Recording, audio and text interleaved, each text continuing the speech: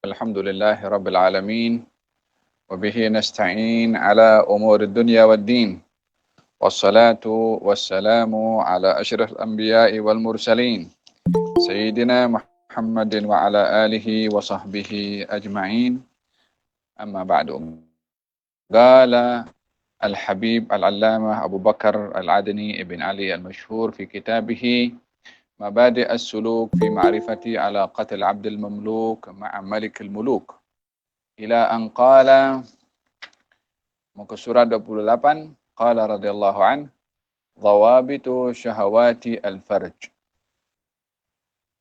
batasan-batasan aturan-aturan syahwat, dhawabitu kemaluan.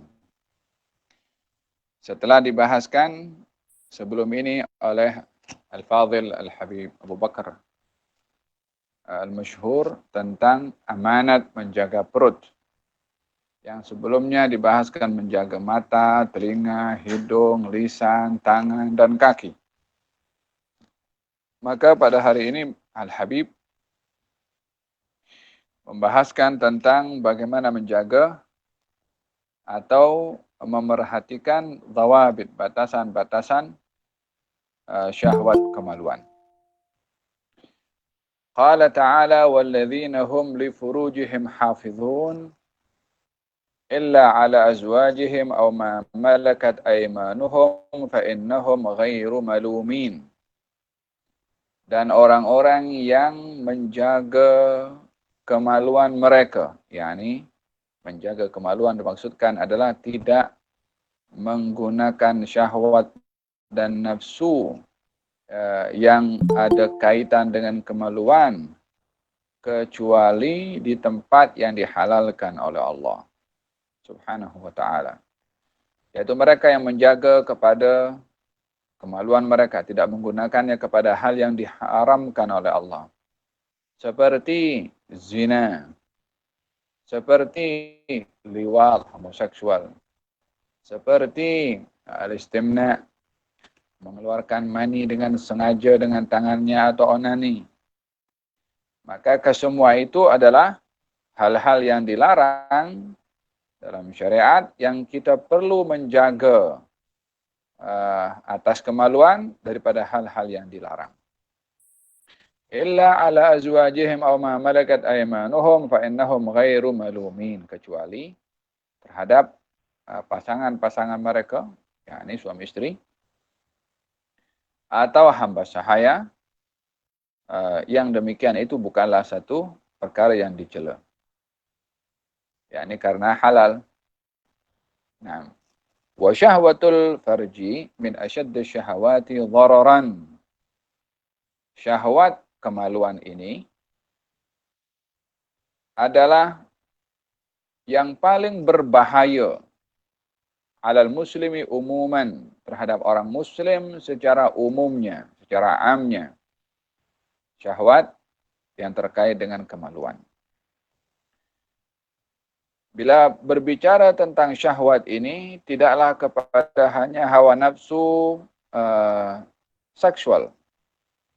Tetapi setiap anggota badan ini boleh dikatakan memiliki syahwat. Karena syahwat itu keinginan, ya. Syahwat itu, yakni ashtahi. Ashtahi maksudnya suka, ingin.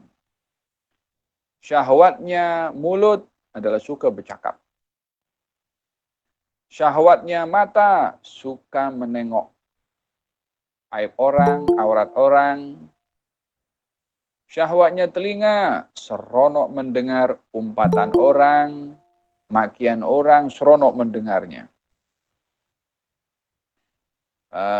Syahwatnya tangan, memukul orang, mengambil harta orang. Syahwatnya kaki, menggunakan kaki kepada tempat-tempat yang diharamkan. Syahwatnya perut, makan banyak berlebih-lebihan. Jadi setiap organ ini ada syahwatnya, ada keinginannya. Ada keinginan yang baik, ada keinginan yang tidak baik. Maka bila mana keinginan pada anggota badan ini ada, maka itu dikatakan syahwat kepada anggota tersebut. Oleh sebab itu syahwat tidak hanya terhad kepada kemaluan, tapi kepada anggota yang lain disebabkan oleh karena arti daripada syahwat itu keinginan. Hanya karena kebiasaannya sudah digunakan syahwat itu biasanya kepada sexuality, walaupun hakikatnya ianya adalah artinya keinginan yang diinginkan oleh anggota badan, termasuk telinga, tangan, kaki, dan seterusnya. Beliau mengatakan bahwasanya syahwat yang terkait dengan kemaluan ini adalah yang paling berbahaya bagi orang muslim secara amnya. Wa 'ala talibi wa talibati khususan, dan secara khasnya kepada pelajar baik itu laki-laki dan perempuan. Baik itu pelajar menengah yang biasanya pelajar menengah sudah mulai baligh, atau pelajar yang dalam peringkat SPM atau STPM, atau diploma, atau matrikulasi, atau university. Kepada mereka secara khususnya adalah berbahaya disebabkan oleh karena umur yang mereka sedang berada pada umur tersebut adalah umur di mana nafsu dan syahwat itu tercabar dengan persekitaran, dengan pergaulan. Lebih-lebih di zaman kita sekarang ini, dengan adanya medium-medium yang mudah, baik itu daripada gadgetnya, daripada handphonenya, daripada berbagai macam alat yang boleh digunakan semata-mata untuk memuaskan syahwat, hawa nafsu, kemaluannya. Kata beliau mengatakan syahwat kemaluan ini adalah yang amat berbahaya bagi orang muslim secara amnya dan bagi pelajar secara khususnya. Wa dawafi'uha katsiratun. Sebab-sebabnya, faktor-faktornya yang boleh membawa syahwat kemaluan itu dipenuhi daripada yang dilarang, sebab-sebabnya banyak sekali, kata beliau. Yajib tajannubuha, wajib kita untuk menghindari sebab-sebab, faktor-faktor yang boleh membawa seseorang kepada pelanggaran syahwat kemaluan. Wal ihtima'i minha, dan wajib bagi kita selain menjauhkan, yaitu al-ihtima', berlindung, berjaga-jaga daripada faktor-faktor tersebut. Waqad tusibu kafatal jawarih, terkadang syahwat kemaluan itu akan menimpa, akan mengena kepada seluruh anggota badan al-baqiyah yang lain. Indal maili ila tahqiqiha, ketika syahwat kemaluan itu ingin dapat apa yang diinginkan.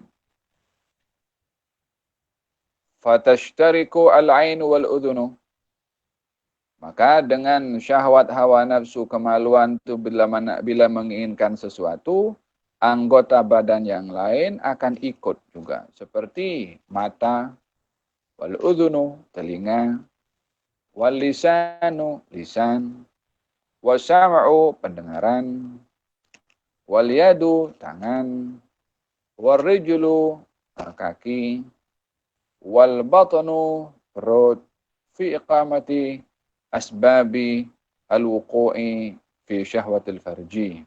Kesemua itu digunakan semata untuk memenuhi apa kehendak syahwat kemaluan. Walidzalika, oleh sebab itu, yajibu hifdzul ain, oleh sebab itu wajib menjaga mata, anin nadhari ilal haram, daripada menggunakan pandangan kepada yang diharamkan. Wal musirat al-atifiyah, atau pandangan-pandangan yang boleh mengusik perasaan nafsu kita. Kal aflamul majinah, seperti film-film lucah, waswar, dan gambar-gambar lucah. Wa baramij at-tawasul al-munhallah, atau program-program media al-munhallah. Al-munhallah ini channel-channel bebas yang tak terkawal, yang tak tersensor, Alangkah meluasnya di zaman kita sekarang. Wa ila hadza tusyirul ayatul karimatu fi qoulihi ta'ala. Pada ini ayat telah memberikan petunjuk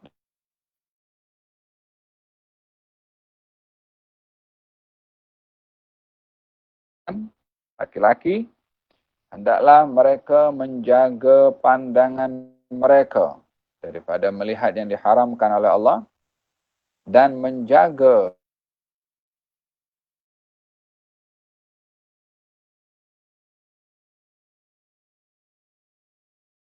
kerana bila mana syahwat ini menginginkan sesuatu, maka mereka akan menggunakan matanya untuk melihat hal-hal yang diharamkan semata-mata memenuhi kehendak syahwat kemaluan. Wa qauluhu ta'ala, firman Allah Ta'ala, wa qul lil mu'minati yaghdudna min absarihinna wa yahfazna ma furujahunna wa la yubdina zinatahunna illa ma dhahara minha. Dan katakan kepada orang-orang mukminat agar supaya mereka menjaga pandangan mereka, juga menjaga kemaluan mereka, dan hendaklah mereka kaum mukminat tidak menunjukkan perhiasan mereka melainkan yang sudah sedia ada ternampak. Hadza penjelasan daripada penulis tentang amanat kemaluan untuk dijaga daripada hal-hal yang memudaratkan. Baik itu seperti tergelincir kepada zina, liwat dan seumpamanya. Kalau seseorang tidak menjaga syahwat kemaluannya, maka dia akan menggerakkan seluruh tubuh badannya untuk memenuhi syahwat kemaluan. Kalau syahwat itu datang, dia akan guna mata untuk tengok. Dia akan guna tangan untuk type laman web lucah. Dia akan gunakan kaki untuk mengambil alatnya, untuk berusaha, mungkin untuk beli kreditnya. Dia akan gunakan telinganya untuk mendengarkan. Walhasil semua anggota badan akan digunakan semata-mata hanya untuk memenuhi syahwat hawa nafsu kemaluan. Lihada Nabi bersabda, an-nadharu sahmun min sihami iblisil marjum. Pandangan itu adalah bahagian daripada panah-panahnya iblis yang direjam. Maksudnya melihat auratnya orang dengan mata. Bahagian daripada panahnya iblis. Barang siapa yang menjaga pandangannya, maka akan diberikan kemanisan iman oleh Allah Subhanahu wa taala yang akan dirasa oleh hatinya. Macam mana menjaga pandangan mata? Dengan mengalihkan, kalau nampak apa tunduk ke atau alihkan ke tempat lain.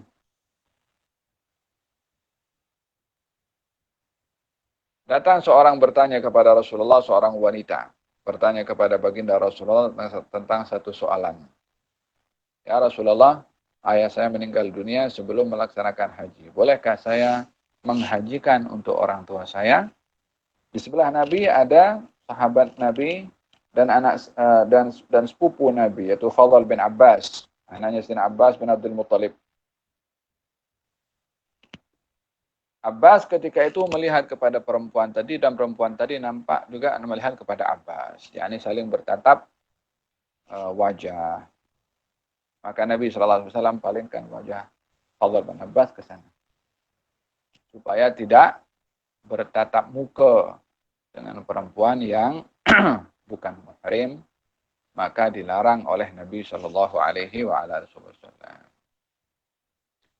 Kalau bertatap melihat pada wajahnya saja dengan syahwat tidak diperbolehkan, apatah lagi kalau chatting, kalau nak pergi makan bersama, nak pergi tengok wayang, nak pergi jalan berdua, lagi tidak diperbolehkan. Kalau tengok saja tak boleh, apatah lagi berjalan berdua. Hadza apa itu? Bagaimana menjaga syahwat kemaluan. Dengan menjaga apa? Pandangan terlebih dahulu. Kama yajibu hifdzul qalbi 'anil ta'alluqi wat tafkir. Seperti mana diwajibkan menjaga hati ini daripada tergelincir kepada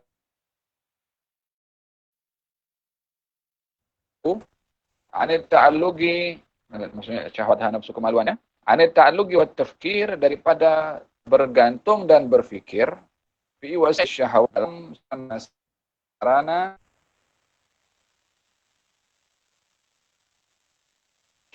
acara yang membawa syahwat hawa nafsu wa khayalatiha, dan khayalan tentang hal-hal yang mengundang syahwat hawa nafsu kemaluan, al-jatil yang membawa kepada kesan kepada syahwat hawa nafsu, seperti berkhayal tentang hal yang lucu, berfikir hal-hal yang boleh mengundang kepada syahwat hawa nafsu. Walaupun secara fizikal dia tak buat, tapi khayalannya dia pikir.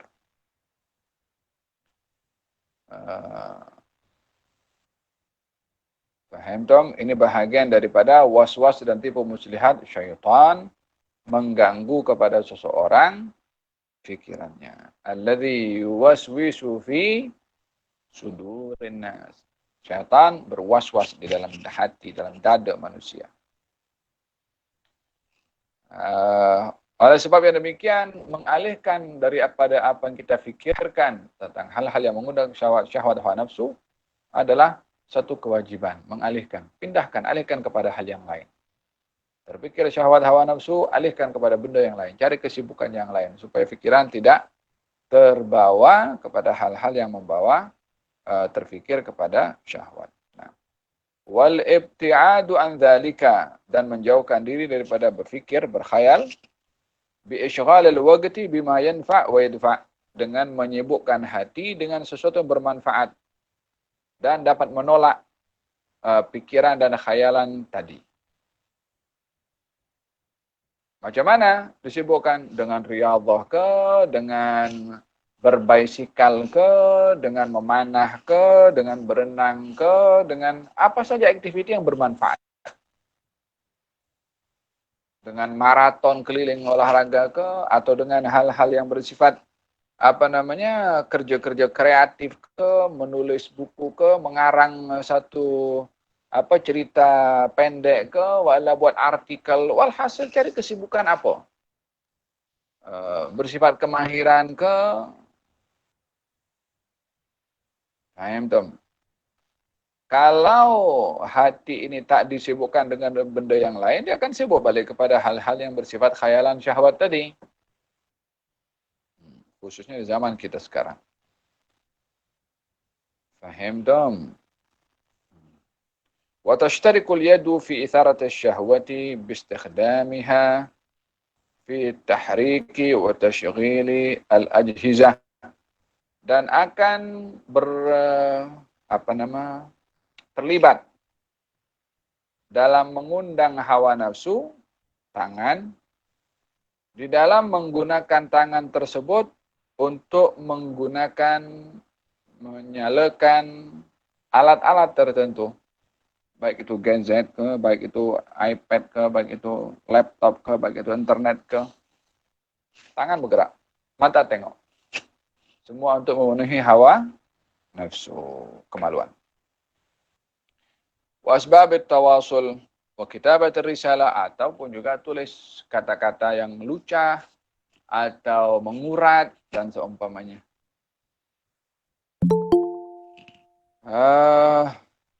Banyak perkara yang terjadi juga bukan hanya kepada orang yang remaja, kepada orang yang sudah berkahwin pun, yang sudah ada pasangan pun, masih juga melakukan perkara yang haram, walaupun yang halal ada. Sebagian lebih suka untuk berbuat yang haram, walaupun dihalalkan. Pernikahan, dia cari perzinaan. Inna lillahi wa inna ilaihi raji'un. Nah, maka kata Al-Habib di sini, wajib menjaga hati daripada berfikir hal-hal yang mengundang kepada syahwat hawa nafsu, dengan menyibukkan hati dengan hal-hal yang bermanfaat dan menolak pemikiran-pemikiran yang boleh membawa syahwat. Dan juga terkadang tangan pun terlibat dalam menggunakan alat-alat untuk menjadikan akal pikiran kita dan hati ini berkhayal hal-hal yang boleh mengundang syahwat hawa nafsu, atau menulis kata-kata yang ingin dengan kata-kata itu untuk mendapatkan maklumat yang boleh mengundang syahwat hawa nafsu. Wal kalimat, atau kata-kata berupa lisan, dalam bentuk tulisan pun juga. Allati min sya'niha at-tamhid al-mufdhi ila al-wuqu' fi jarimatiz zina. Yang mana melalui tulisan, melalui kata-kata, yang tulisan dan kata-kata itu kontennya, isinya boleh membawa seseorang tergelincir kepada perzinaan. Baik itu kata-kata lucah, kata-kata mengurat, kata-kata yang boleh mengundang kepada syahwat hawa nafsu, las-las sekali, bermula daripada kata-kata sampai kepada perbuatan yang keji dan dibenci oleh Allah Subhanahu wa taala.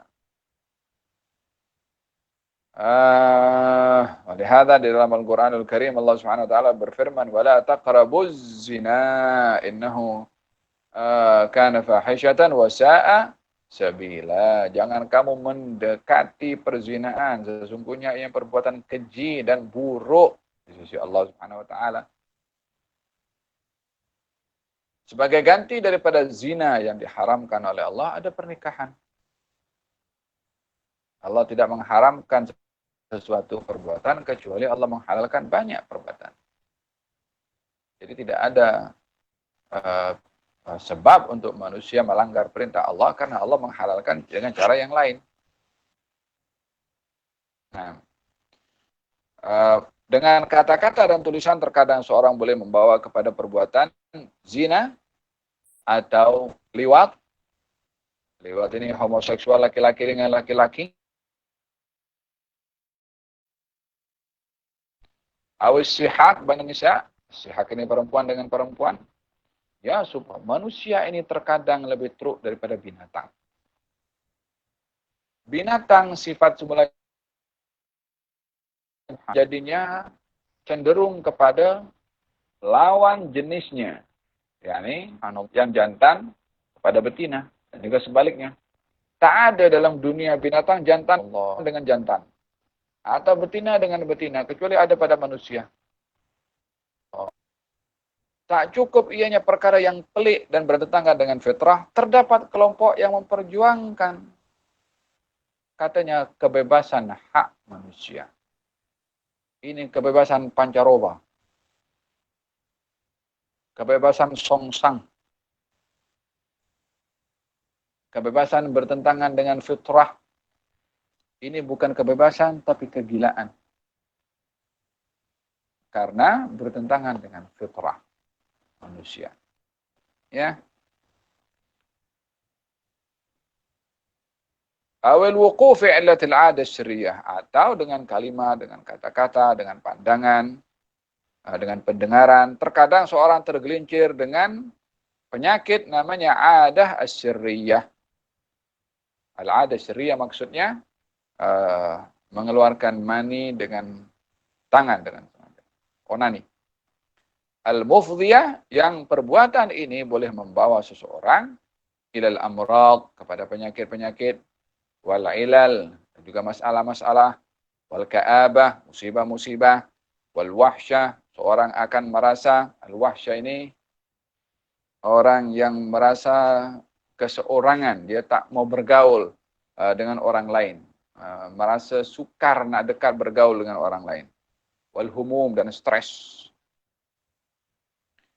Semuanya berpunca daripada hal-hal yang dilarang oleh Allah Subhanahu wa taala yang terkait dengan syahwat hawa nafsu, kemaluan maksudnya. Kemudian kata beliau, kama tashtariku ar-rijlu fil ithmi bis-sa'i ila al-mawatin al-mashbuha, seperti mana juga bahayanya syahwat hawa nafsu kemaluan ini terkadang membawa penglibatan kaki dalam dosa dengan melangkahkan kaki ke tempat-tempat yang syubhat, tempat-tempat yang dilarang.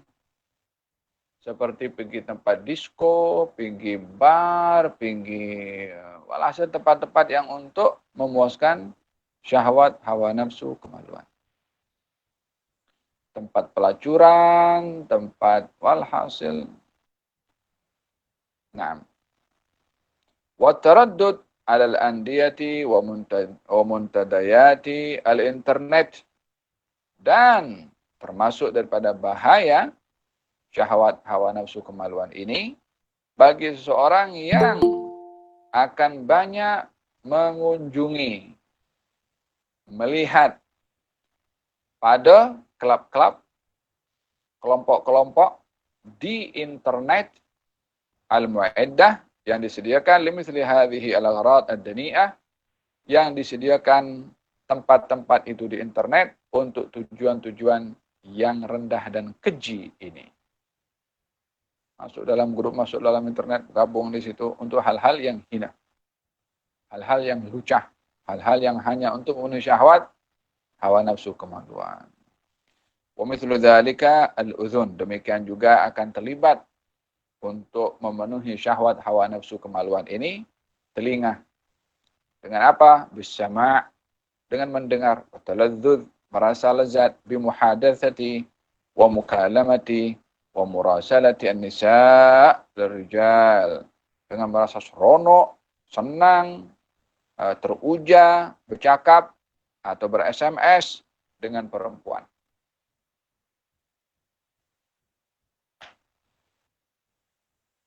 Paham dong? Kita punya zaman sekarang banyak wasilah untuk seorang tergelincir kepada hal-hal yang haram. Allah berfirman dalam Al-Quran, وَقُلْنَا قَوْلًا مَعْرُوفًا. Ya nisa'an Nabi, lastunna ka'ahadin minan nisa' in ittaqaytunna fala takhda'na bil qawl fayatma'a alladhi fi qalbihi maradun wa qulna qawlan ma'rufa. Wahai istri Nabi, kamu tak sama dengan perempuan-perempuan yang lain.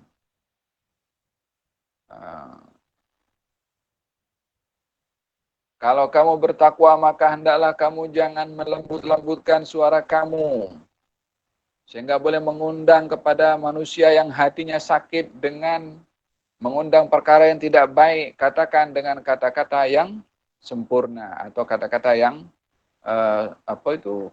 kalau bercakap laki-laki dengan perempuan atau perempuan kepada laki-laki, ada percakapan yang yang tidak dibuat-buat nada dan intonasinya. Terus to the point. Wa minar rijal wan nisa, kadang-kadang SMS antara laki dengan perempuan, kadang perempuan dengan laki-laki. Terkadang si laki-laki sudah ada istri, terkadang perempuan sudah ada suami, masih ber-SMS dengan suami orang, masih ber-SMS dengan istri orang. Kepada perkara-perkara yang tak perlu, padahal ada dihalalkan oleh Allah sebagai yang haram. La ilaha illallah. Wa fi hadha yukhatibul Qur'an nisa'an nabi. Oleh sebab itu dalam Al-Quran Allah Subhanahu wa taala berfirman, menyampaikan message-nya kepada istri-istri Nabi sallallahu alaihi wasallam, fala takhdha'na bil qaul, jangan kamu merendah-rendahkan, membuat-buat suara kamu, fayatma alladhi fi qalbihi maradun, sehingga orang yang hatinya ada penyakit di sini akan ada rasa kecenderungan kepada kamu. Hati sakit bukan sakit jantung, sifatnya. Dengan intonasi suara manja apa semua akhirnya ada kecenderungan.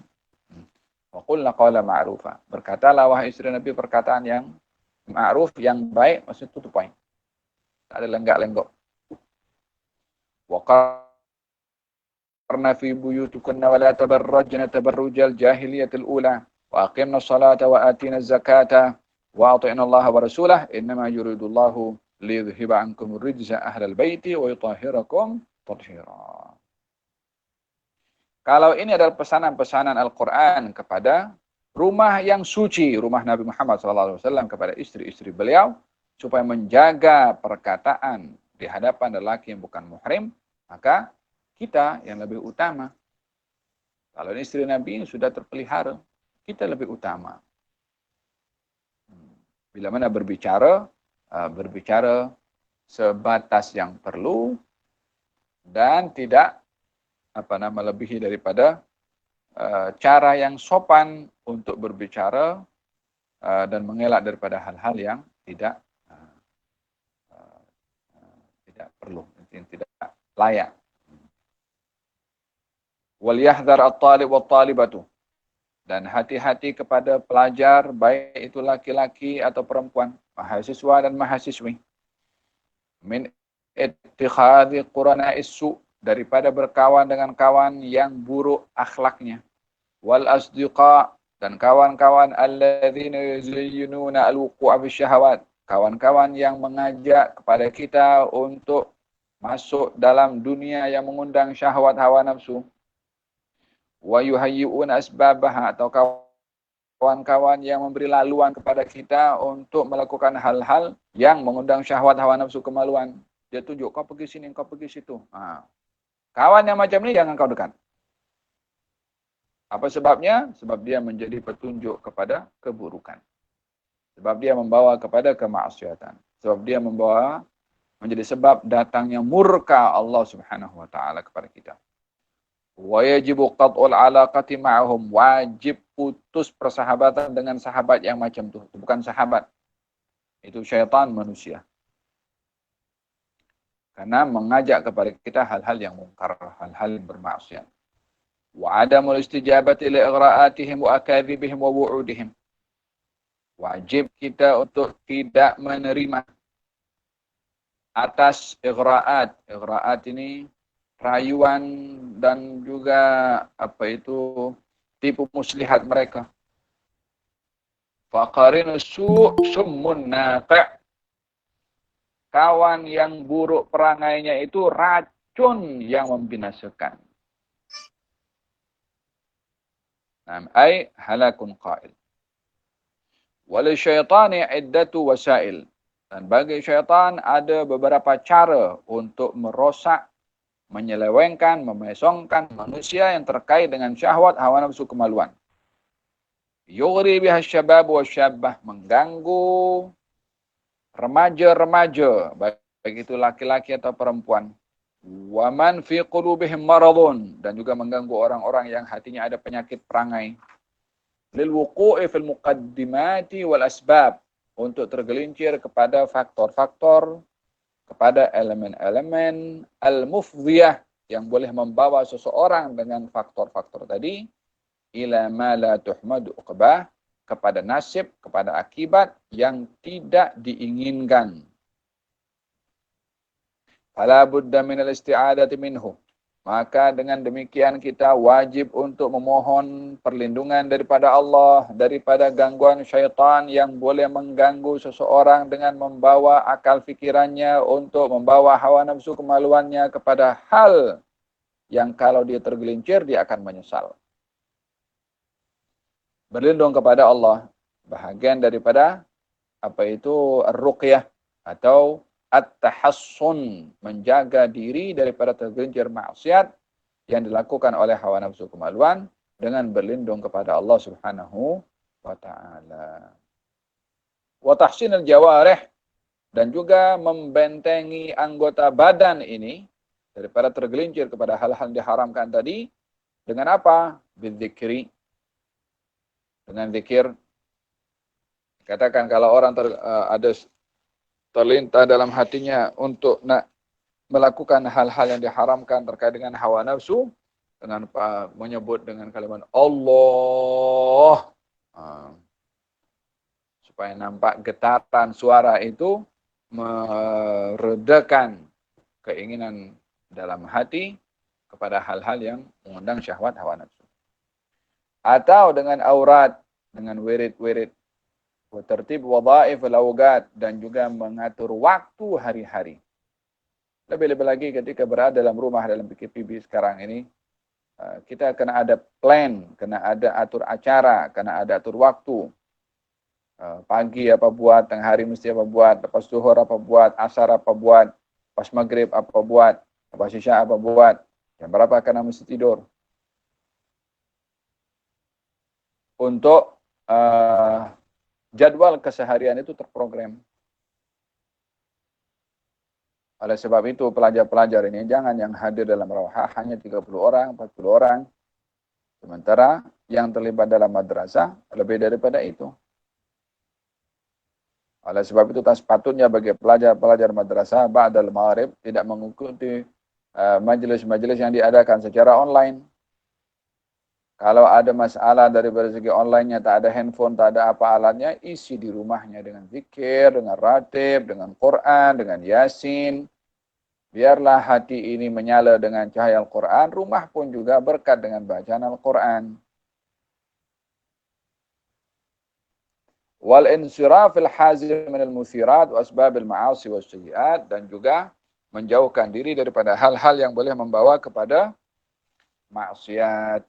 Qala al-Imam Al-Ghazali wa iyyaka an taqul innallaha karimun rahimun yaghfiru dzunubal usah. Kata Imam Al-Ghazali mengatakan, hati-hati kamu daripada berfikir, Allah ini Maha Pengampun, Allah Maha Penyayang, Dia akan ampunkan semua dosa orang-orang berdosa. Dengan kalimat ini kita banyak buat dosa. Apa sebabnya? Allah Maha Pengampun. Paham dong? Boleh tak kita kalau buat ayah kita ini sayang kepada kita, kita curi duitnya, nanti pasti dia sayang kepada kita. Boleh buat macam tu? Ibu kita ini sayang kepada kita. Baik kita ambil emasnya kita jual, nanti dia akan maafkan kepada kita. Boleh buat macam tu? Orang tak waras berpikir begitu. Fa inna hadhihi kalimatu haqqin urida biha batil. Ini kalimat walaupun pada dasarnya zahirnya benar, tapi kalau dimaksudkan dengan maksud untuk kita bermaksiat kepada Allah, maka maksudnya adalah batil. Walaupun kalimatnya benar. Wala yaquluha illa ahmaq, dan tak ada yang meyakini dengan pemahaman yang demikian kecuali orang yang bodoh. Kama warada fil hadis, man atba'a nafsahu hawaha wa tamanna min Allahi al-amani. Yaitu seperti mana dalam hadis Nabi SAW, orang yang bodoh itu adalah orang yang mengikutkan hawa nafsunya, namun menginginkan kepada Allah pemberian-pemberian yang banyak. Yani dia mendapatkan segala pemberian di surga, tapi dengan bermaksiat kepada Allah. Ikut kepada hawa nafsunya, tak ikut kepada perintah Allah dan juga perintah Rasulullah. Hanya orang bodoh yang berpikiran demikian. La ilaha illallah, mudah-mudahan Allah Subhanahu wa taala membantu kita untuk membentengi diri kita dan yang dihalalkan, semoga dilindungi oleh Allah daripada tergelincir kepada hal-hal yang diharamkan oleh Allah Subhanahu wa taala. Allahumma ati nufusana taqwaha wa zakkiha anta khairu. Oleh Allah Subhanahu wa taala, man zakkaha anta waliyuha wa maulaha, wa sallallahu alaihi wasallam Muhammadin wa ala alihi wasallam. Alhamdulillahi rabbil alamin.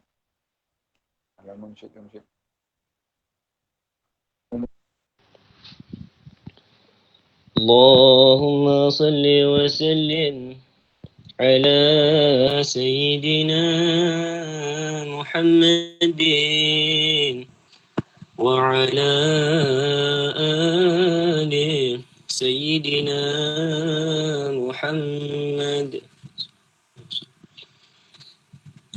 رب فاجعل مجتمعنا غايته حسن الختام وأعطنا ما قد سألنا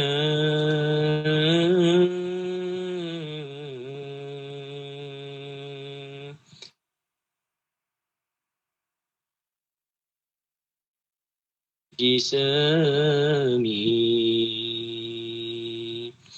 من عطاياك الجسامي في حريضة قد حضرنا مجمع القوم الكرام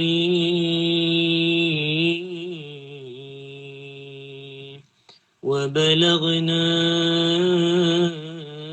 ما طلبنا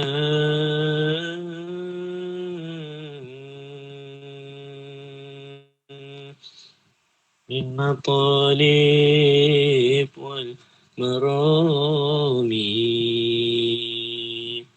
من مطالب ومرامي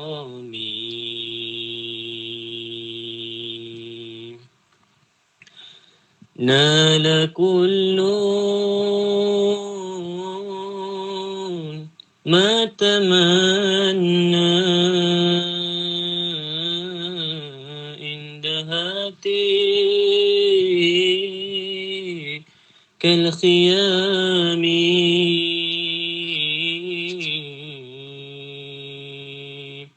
وهزار الأنس غنى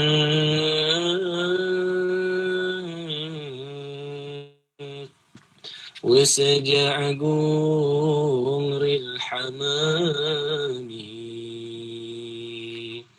وسجع قمر الحمام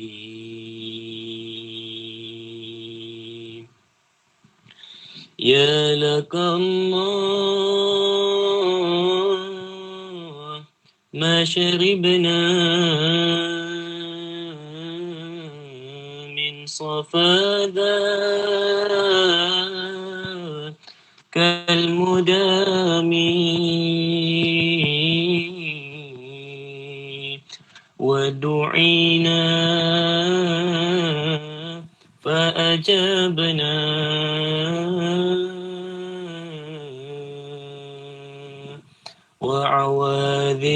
وعواذلنا نيامي وعواذلنا نيامي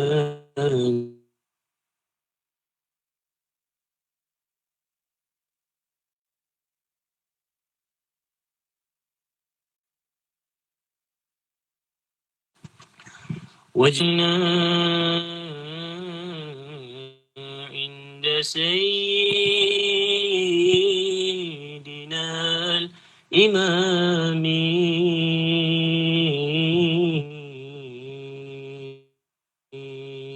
شهدنا حين زورنا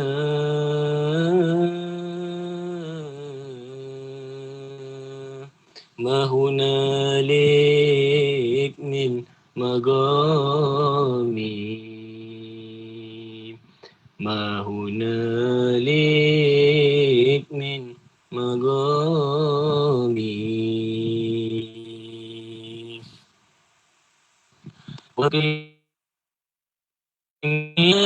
أروح منا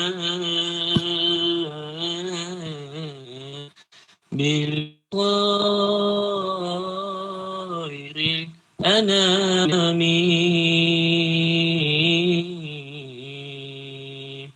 وابلغ المختار عنا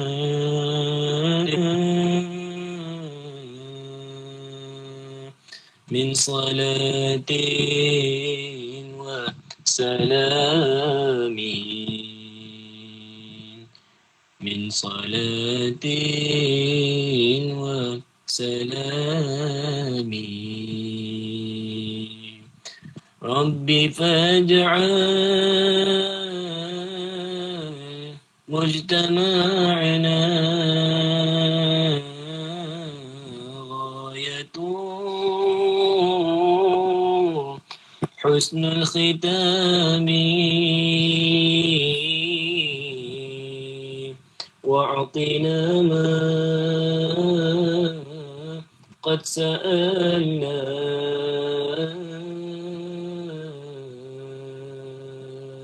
من عطاياك الجسام من عطاياك الجسام والحمد لله رب العالمين. وإلى رسول الله وأهل بيته وصحبه الله سبحانه وتعالى ينفعنا بما تعلمنا ورزقنا العمل بالعلم يا رب العالمين.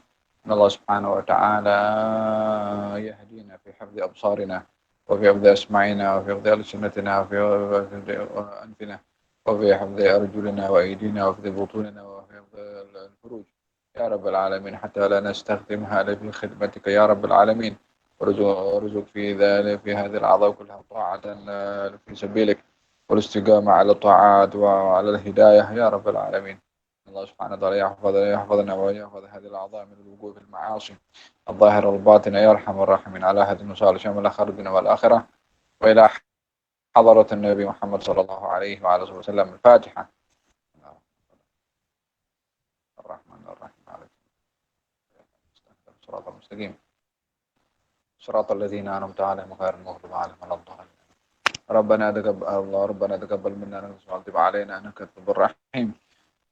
ربنا انفعنا بما علمتنا، رب علمنا الذي ينفعنا، رب فقهنا وفقه أهلنا وقرابات لنا في ديننا مع أهل القتل وانثى وذكر، رب وفقنا وفقهم لما ترضى لي قولا وفعلا كرما، وارزق الكل حلالا دائما وخلا، نحظى بخير وفى كل شر، ربنا وصلح لنا كل الشؤون، واقرب الرضا منك العيون، واقض عنا ربنا كل الديون قبل أن تأتينا رسل المنون، واغفر استر وصلاة الله تغشى المصطفى من إلى الحق دعانا، والوفاء بكتاب فيه للناس شفاء، وعلى الآل الكرام الشرفاء، وعلى الصحب المصابيح الغرار بهداك، وجعلنا ممن يسارع في رضاك، ولا تولنا وليا سواك، ولا تجعلنا ممن خالف أمرك وعصاك. حسبنا الله ونعم الوكيل. يا ربنا اعترفنا بأننا اقترفنا وأننا أسرفنا على لظى أشرفنا، فتب علينا توبة حوبا، واستر لنا العورات وآمن الروات، واغفر لوالدينا ربي ومولودينا والأهل والإخوان وكل ذي محبة أو جيرة أو صحبة والمسلمين أجمع، آمين. ربي اسمع فضلا لا باكتساب منا، بالمصطفى الرسول نهضى بكل سول، بالمصطفى الرسول بالمصطفى الرسول نهضى بكل سول، صلى وسلم ربي حبي وآله وصحبي عداد طش السحب، والحمد للإله في البدء والتناهي حمدا كثيرا دائم. سبحان ربك رب العزة عما يصفون وسلام على المرسلين يا رب العالمين. في كل لحظة أبدا داخل رضا نفسه. قبل الله منكم.